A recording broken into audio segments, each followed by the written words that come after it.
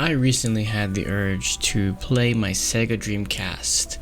The original Sega Dreamcast I owned in 1999, but as you can see, it's seen better days. It works perfectly fine, I've already tested it, but the color is yellow and there's some grime on it. So I decided in this video I'm going to restore my original Dreamcast to its former glory. We're going to be doing retrobriting. We're going to be replacing the optical drive, which reads CDs, with an SD card reader, and we are going to change the power supply to something more efficient. First step is to remove all 4 screws from the bottom of this Dreamcast, and that includes the one hidden behind this network adapter.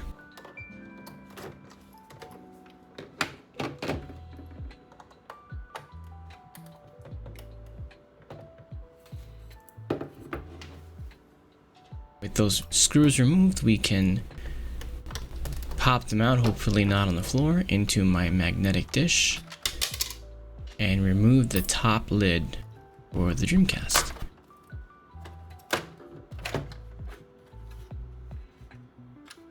Looking inside, things look pretty good, just a little bit dusty. But we have to take this entire thing apart in order to change the color of the shell back to its former color.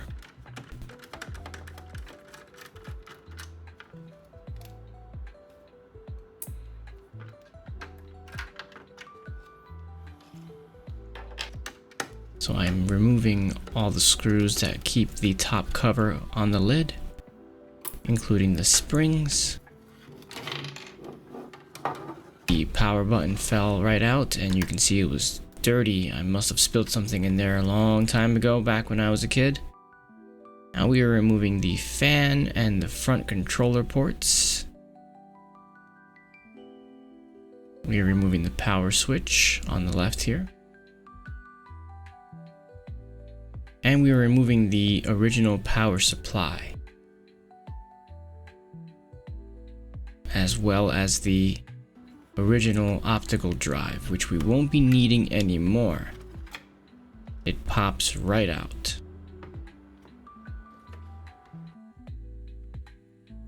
Now we're going to remove more screws underneath that optical drive in order to get the rest of the Dreamcast loose from the shell. Here's the ribbon cable that connects to the controller port. And now the controller port and fan are free. We are removing the power supply now. The plastic shield for the power supply here. And we can remove more screws that will let us remove this plate that holds the motherboard in place. So there's the motherboard. It looks nice and clean. No damage whatsoever. There is the metal shield underneath the motherboard, and here is the power switch.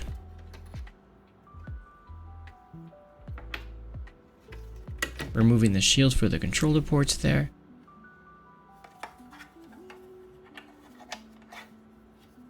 And we are finally left with just pieces of the plastic shell that is the Dreamcast without any components inside. We're going to give this a nice soapy bath in my kitchen sink. A gentle scrub from a toothbrush can get all of that grime off of the Dreamcast, which looks to be from whatever I spilled on it years ago.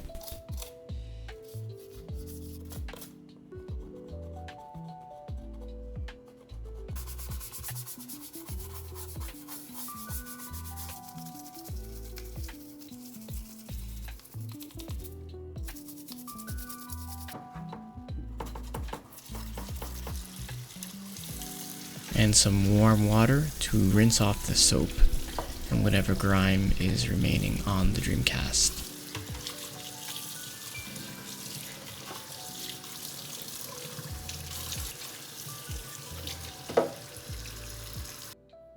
Now that each shell is being put to dry,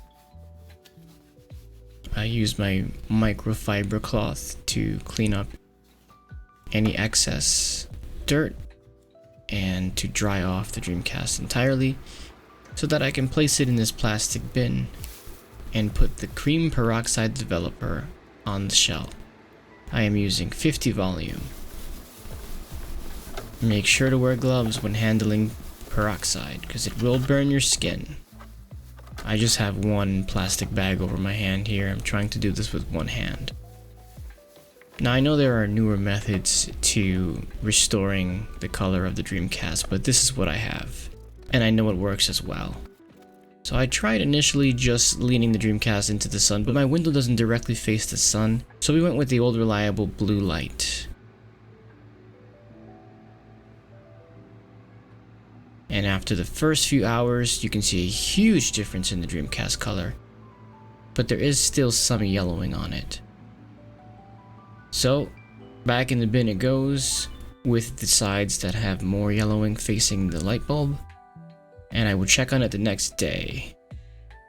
So here is me dumping the Dreamcast into the bathtub in order to clean off the cream developer from the casing.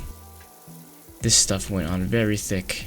I reapplied the coat after the first few hours, and it took a little bit of time for me to get. Here is the final product. It looks fantastic. Brand new even. I can't believe how well it worked. It only took a day. Here's it before. And here is an after. Now this is just a shell without the parts inside of it, but man, it looks so good. Now we can begin with the modifications as we put this back. This is the new power supply I will be installing, the DreamPSU. It is said to be more efficient, it is much smaller, and it will produce a lot less heat in the Dreamcast, which can help with the Dreamcast lifespan. As you can see, I am struggling to insert this. I'm very afraid to push down, but you're supposed to push the pins through. And I finally got it in place. I will secure that with this screw later. Here's the cover for the input for the power.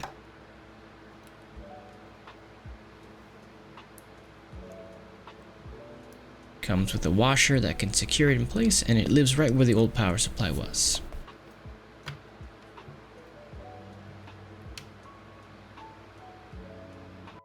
Here is a GDEMU, which will allow me to play Dreamcast games off of an SD card instead of the optical drive.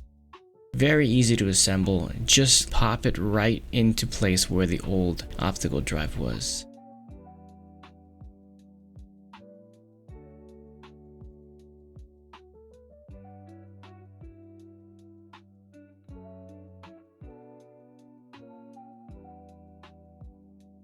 I realized the controller port shield needs to go in first, so I did that instead. Now I am screwing in the power switch and attaching it to the new power supply. Here we are working on the lid. We've reinstalled the light cover. And now we are putting the spring on the open switch.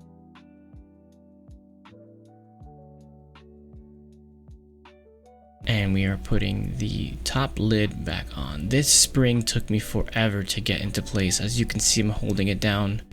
I finally got it. Took me quite a bit of time to get it in the right position.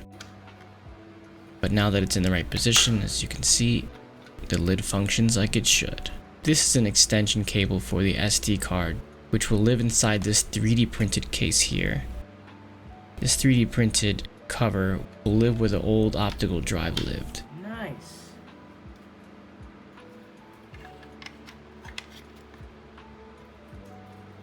And that is a little reset button that will sit on top of the GD-ROM board.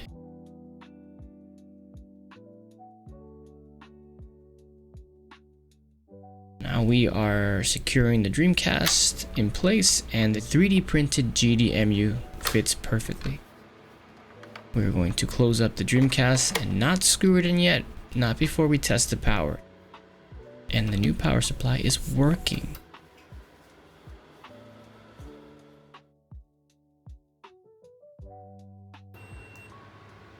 Let's give it a test on the TV, and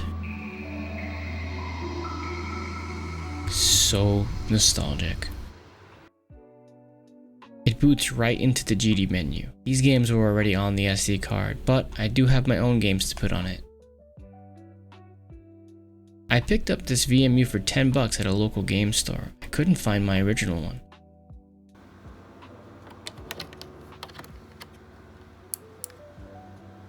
Here's how I found this, by the way, when I first encountered my Dreamcast in the closet. As you can see, I have a copy of Sonic Adventure. Let's try and get that to run.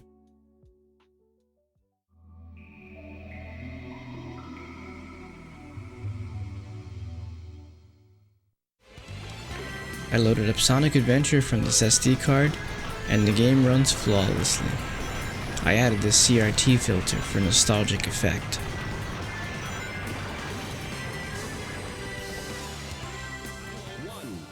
Soul Calibur also worked perfectly fine.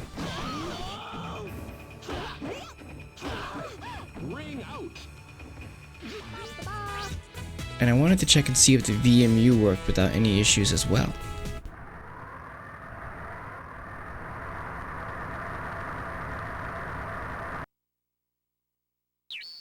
And it looks like it works just fine.